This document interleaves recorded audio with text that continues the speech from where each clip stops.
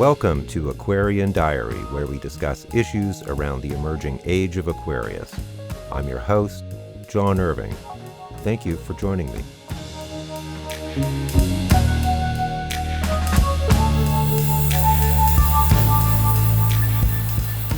Greetings all. It is January 25th, 2023. What I'm discussing here today is extremely complex and deep. and and it's kind of like a bit of a Pandora's box. The more I dig into it, the more elements pop up. And so it's kind of a number of streams of consciousness strung together. And I'm going to do my best, given the time I have right now, to do so in a manner that is coherent. But please forgive me if it's not. It's just that to do this subject justice, you could probably write a very lengthy book on the topic. But it's an important one, and I think I can effectively plant seeds of thought sufficiently that this exercise will be worthwhile. So I ask you to bear with me and forgive me if it meanders a bit, or if I'm overlooking some critical components that should be mentioned but aren't. It's a very deep but important subject. So thanks for that in advance. The transition from the age of Pisces to the age of Aquarius is akin to a global scale paradigm shift. And I have talked about paradigm shifts here before. Now, this paradigm shift is going to play out over centuries. But I've also made a very strong case, as far as I'm concerned, that we are definitely in that transitional phase, and fairly intensely. If we simply look at how much technology has advanced, everything from travel and space travel to internet communications and broadcast technology over the past number of decades, or the last few generations, these have had unprecedented implications for humanity. That is indisputable. 100 years ago, most people spent their whole lives where they grew up, and travel was very slow and limited, just for example. Not to mention healthcare and science. And now we have even sent spacecraft beyond the boundaries of our solar system. And so, as I've explained before, when someone experiences a paradigm shift, suddenly their entire perspective and experience of reality changes fundamentally. So without dwelling on that too much, what I want to talk about today pertains to this belief or doctrine around scarcity, which has played a critical role in how society and individual experience has been shaped for millennia. The truth is that there's more than enough resources for everyone on the planet to lead healthy and relatively secure lives. Of course, there's always going to be events that occur that are unexpected and beyond our personal control, and even the control of society. But for the most part, for essential sustenance and nourishment, we have more than enough, if those resources were shared or distributed more equally. But they are not, because of course, some groups, organizations, corporations, and people are able to amass and concentrate grossly disproportionate wealth and influence relative to others. The argument has always been that we have to allow meritocracy to be a dispassionate arbiter, and that people who are more skilled, privileged, educated, intelligent, disciplined, creative, or whatever the case may be, deserve to succeed because that is some kind of natural law or order, survival of the fittest. And even today, many people still subscribe to the notion of the divine right of rulers, kings, the monarchy, where there's a mystical or religious justification to the right of leaders to have power over others. Go back not too far, and such people were treated as gods or demigods, the perfect cover for all manner of abuses of power. One of the strangest aspects of this phenomenon is that it was actually supported by the masses in many cases. And even today, in the 21st century, the British monarchy, for example, still has an almost cult-like following. The concept of survival of the fittest certainly would have applied back when we were disparate hunters and gatherers trying to survive in an often hostile environment. But we now kind of control our environment. In fact, so much so that we have substantially altered the chemistry of Earth's atmospheric composition. Nonetheless, this survival of the fittest belief, this scarcity doctrine, has dominated our world for millennia. And that results in a situation where we have winners and losers, and we literally have people dying because they lack critical resources like food and water and shelter or healthcare. And you can argue that that is completely unnecessary. Because in fact, those resources are only scarce because they are not distributed as fairly as they could be, which would avert many of those outcomes. Again, we can't avoid certain forms of natural disasters and things like that, but we can certainly mitigate them if we chose to do so. In other words, the prevailing status quo is entirely arbitrary. Now, this survival of the fittest mentality, or what I'm going to call the scarcity doctrine, tends to favor people who are more aggressive, if not hostile, and profit-oriented or self-oriented. This mentality is vividly and gruesomely portrayed ad nauseum in popular culture, particularly film, and the vast majority of people do not even question it. Extreme levels of violence are regularly portrayed in a manner that does not remotely reflect reality. A common feature is extreme criminal violence with no accountability or repercussions whatsoever. Atrocities can be committed one minute, and the perpetrator can be having dinner with his family the next, as if it was just a normal day. Whether it's a cop, a criminal, or a superhero, doesn't matter. Money is an arbitrary concept. People agree to accept that a dollar has a certain value, and the market will adjust its value depending on conditions and circumstances, but it is an abstract concept. It is not real in the sense that you can't eat it. It is an abstract representation of value.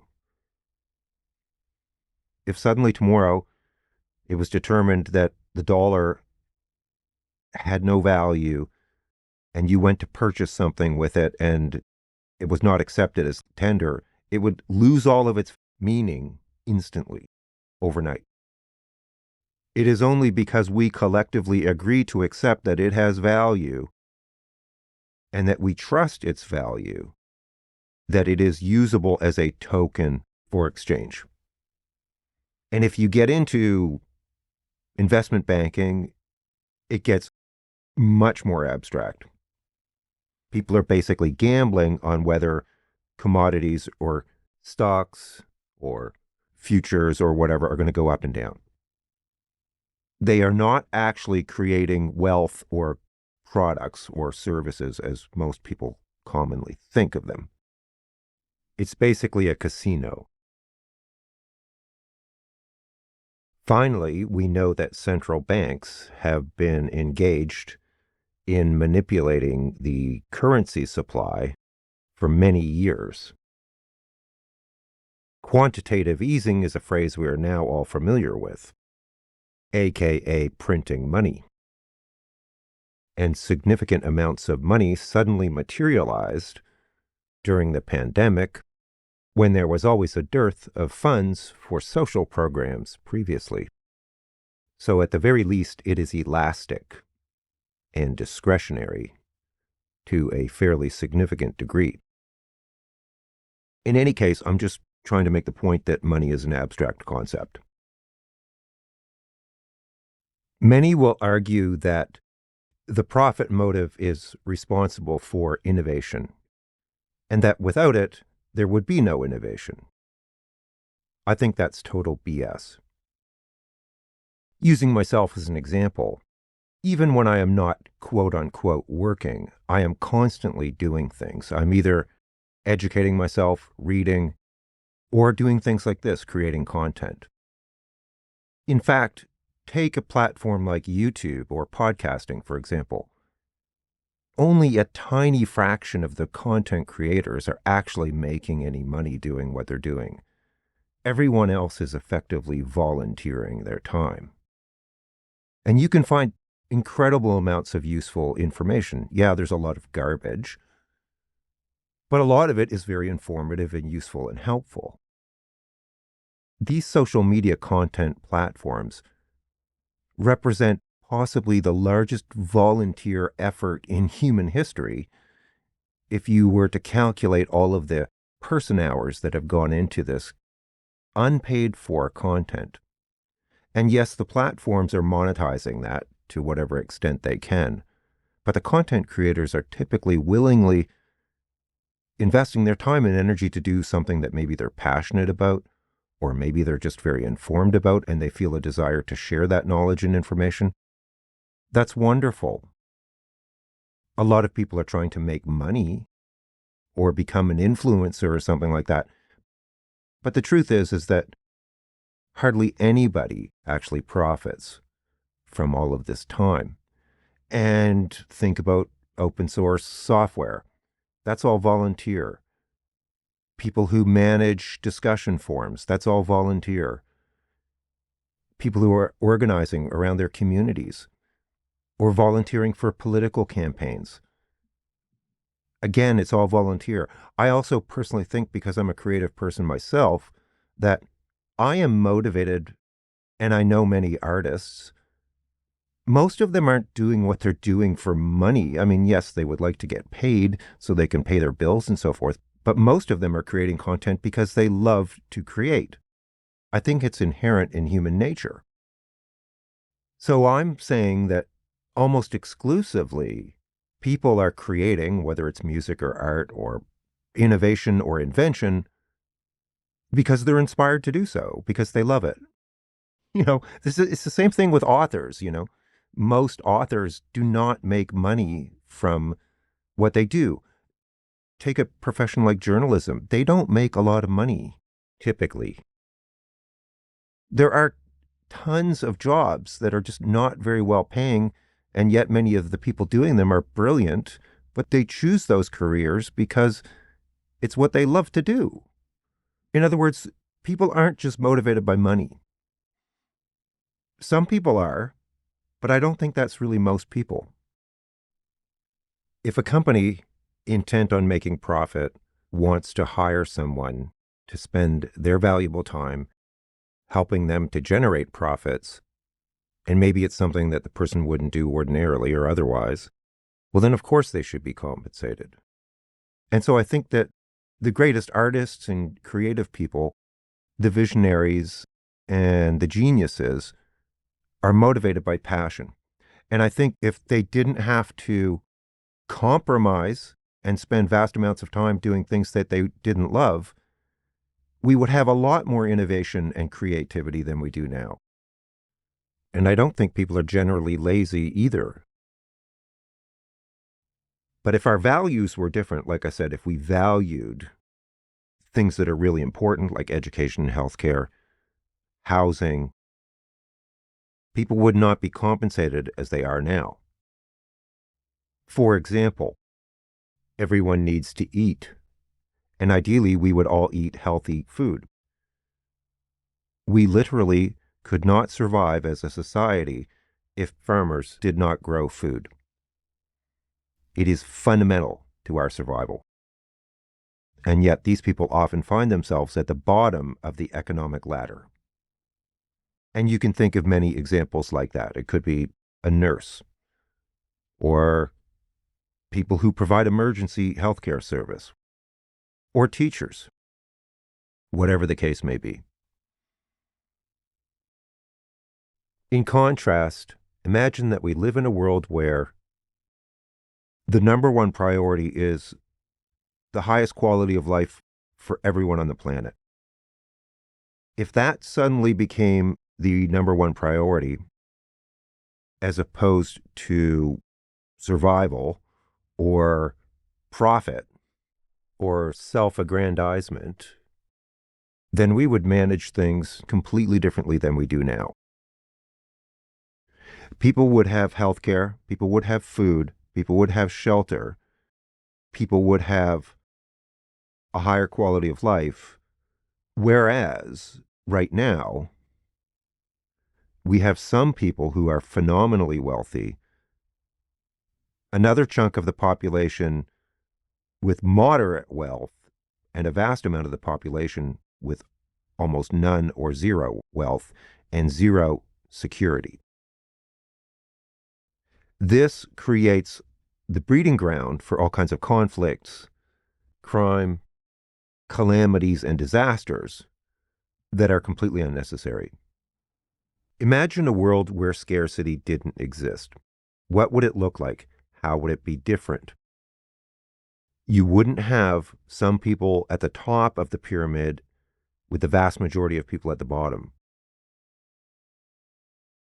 Many of the conflicts that we are familiar with on a regular basis would simply not exist because there would be no motivation or tolerance for them to exist. Yes, you would still need some kind of liberal democratic order to prevent lunatics and sociopaths from doing things that would cause harm to other people, but that would be part of the mindset that would have as its aim security, health, and well-being for the masses. Education would be freely available because there is no greater investment in the welfare of everyone than investing in education, as well as healthcare, and healthy environmental oversight and accountability.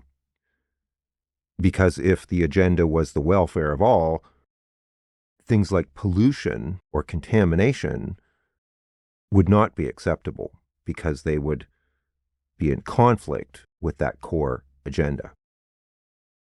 Also, in a dog-eat-dog survival of the fittest world, which is what we've been familiar with for millennia,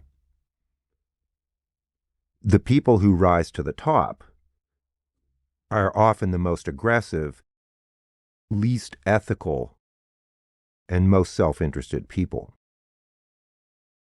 It tends to, as I've argued before, favor the worst kinds of people to be in positions of power and authority. Why? Because most people are consumed with trying to find themselves in circumstances that will protect them in an almost warlike footing for survival. So we have to get past the survival and scarcity mentality in order to create a world which will favor the welfare of all. And I'm not talking about communism. Stalinism was a horrific experience that should never be repeated. And even now, if we look at China, where you have a lot of power concentrated in the hands of a few unaccountable individuals, there are many features of that system that are simply deplorable, that we would not want to emulate. The current status quo, again, favors the concentration of wealth and power in the hands of a few who have questionable motives as far as the betterment of the planet and society is concerned. That is what we need to leave behind as we shift into the age of Aquarius. The current system, as I've argued before, favors the least desirable people, often ending up in positions of power, influence, and authority. And so we are kind of on this treadmill of disparity, oppression, violence, enslavement, and so on. It just keeps repeating itself. And it will continue to repeat itself until we break that pattern or that habit or that paradigm. As I've said recently, we need to stop believing in that system that fundamentally oppresses us and that rewards bad people and bad behavior.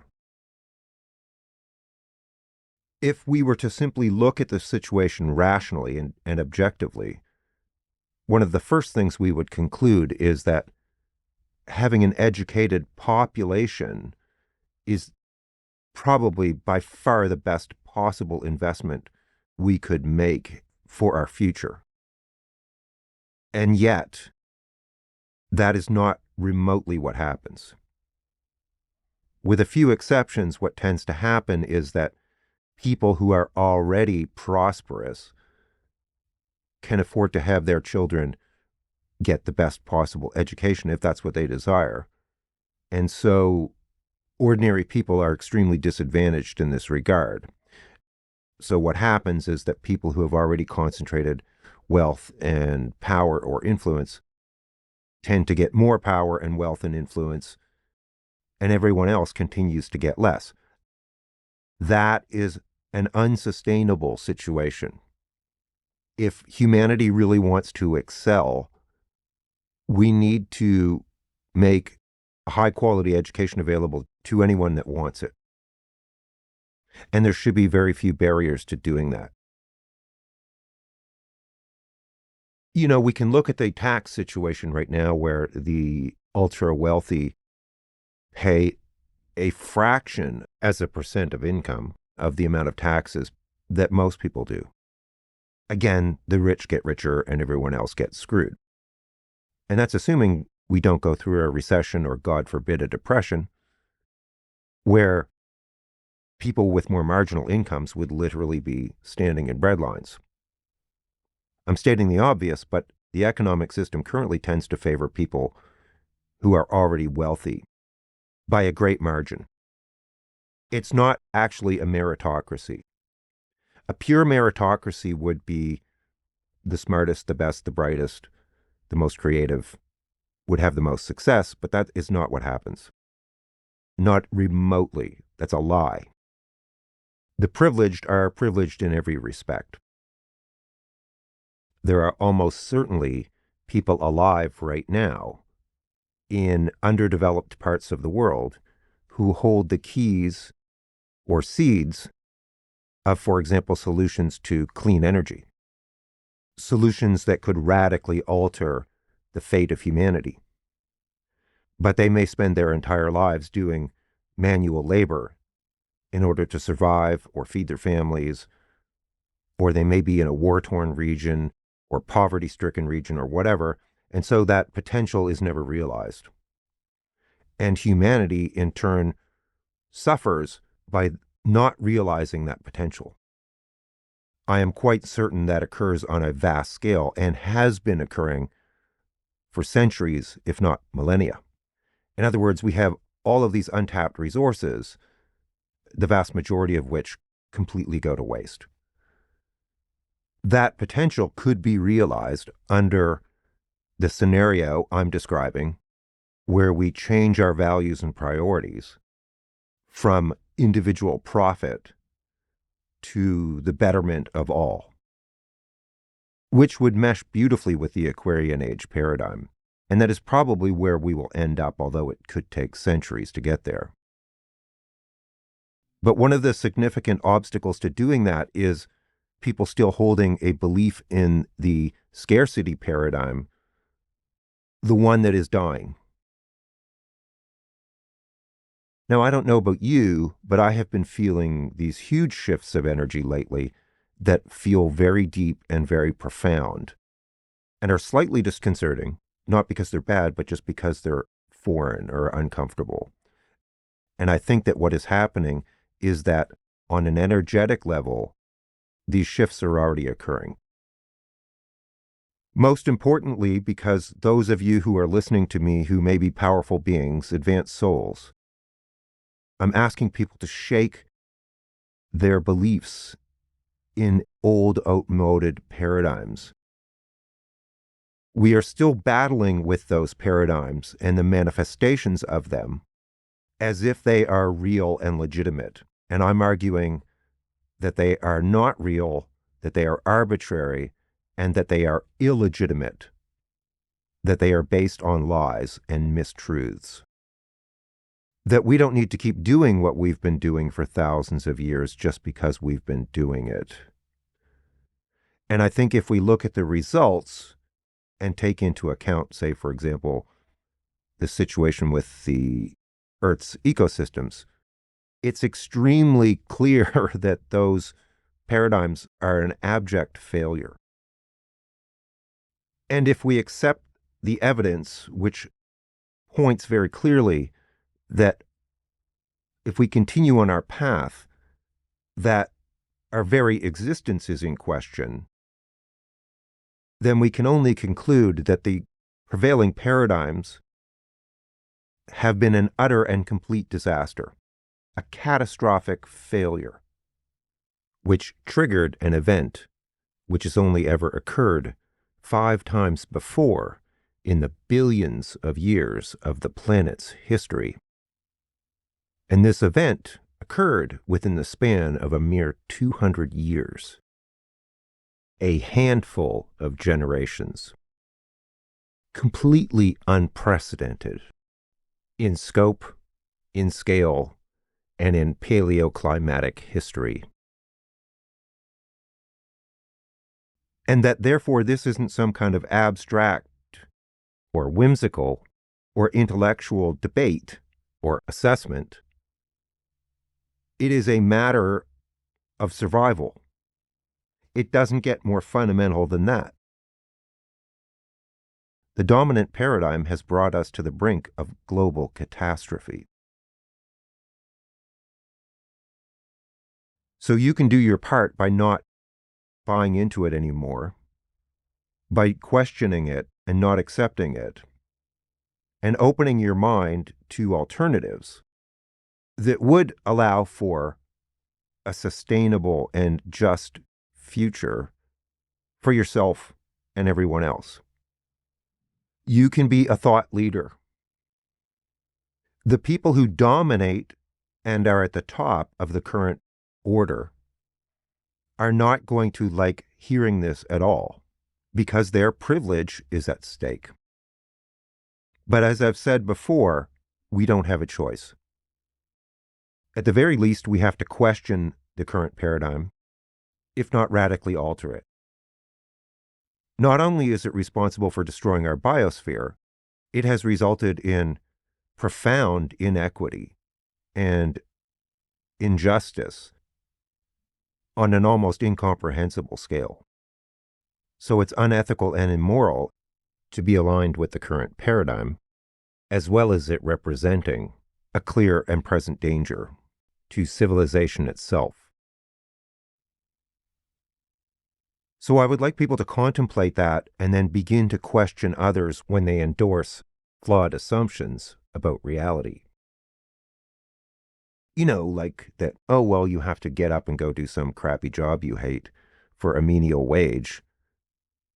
And then if you run into some kind of a crisis or healthcare crisis or an accident or whatever, you might end up living on the street. This is like something out of the Dark Ages. And we cannot allow that to persist. And it's not wishful thinking, it's realism. Those who argue for the status quo are engaged in wishful thinking because it is literally unsustainable.